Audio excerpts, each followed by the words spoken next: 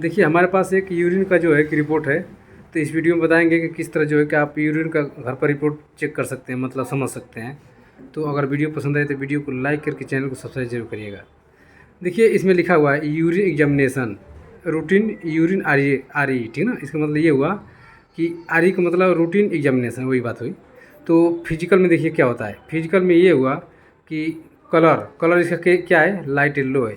और रिजल्ट में क्या है, पेल येलो, यानी कि लाइट येलो और पेल येलो दोनों एक ही चीज़ है, ठीक ना। तो यानी कि नॉर्मल है। अब स्पेसिफिक ग्रेविटी में क्या है, 1.010, यानी कि ये रिजल्ट है आपका 1.001 से लेकर 1.030 के बीच में होना चाहिए, तो ये भी नॉर्मल है। अब इसका पीएच कितना है, यूरिन का 7 आया है रिजल्ट में, और कितना होना चाहिए, 5.0 से लेकर 8.0 के बीच में होना चाहिए। तो अब ये फिजिकल मतलब एग्जामिनेशन ख़त्म हो गया। अब आ जाइए आपका जो है कि केमिकल एग्जामिनेशन आ गया।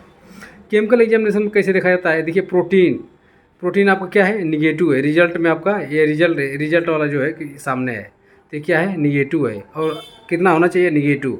अगर आपका प्रोटीन ट्रेस आ गया, 1+ आ गया, 2+ आ गया, 3+, 4+ जो भी आ गया, तो ये मान के चलिए कि आपका किडनी पर कुछ ना कुछ दिक्कत है, या आप कहीं से ज़्यादा प्रोटीन ले रहे हैं, ये भी हो सकता है। तो कुछ कहा ना जा सकता है, ठीक ना।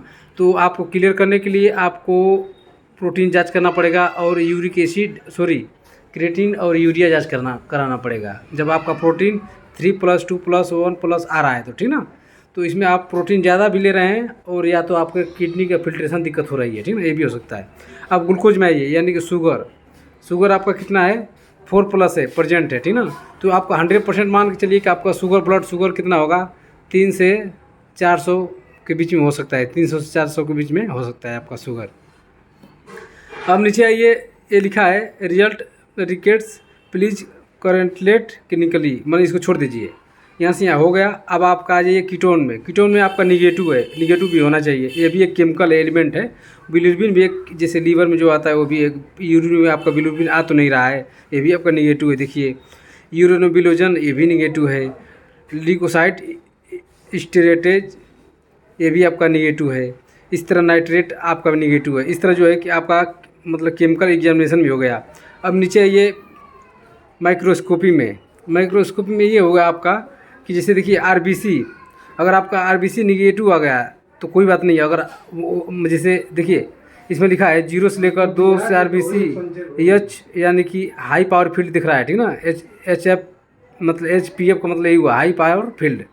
तो अगर आपका जो है कि आरबीसी अगर आ रहा है यूरिन में, अगर आप मेल हैं तो आरबीसी आ रहा है, तो दो चीज़ हो सकता है, या तो आप यूटीआई हो सकता है, या तो आपका किडनी में कोई दिक्कत है, या ये भी हो सकता है कि आपके किडनी के जो उसके बाद जो यूरिन ट्रैक है, यूरेथ्रा है, यूरिन ब्लैडर है, कहीं चोट लगी है, उसकी वजह से भी ब्लड आ सकता है पेशाब में, ठीक ना, ये भी हो सकता है।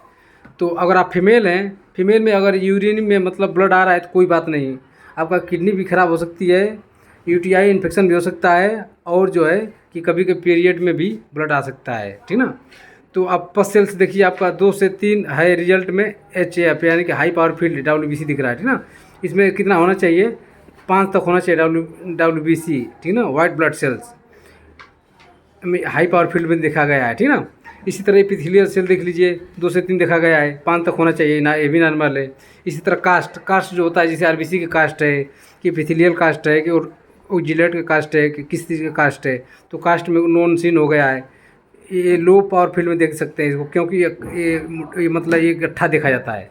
कास्ट का मतलब ये हुआ कि ग्रुप में, गुच्छा में देखा जाता है, इसलिए इसको LPF का मतलब लो पावर फील्ड में देख सकते हैं इसको।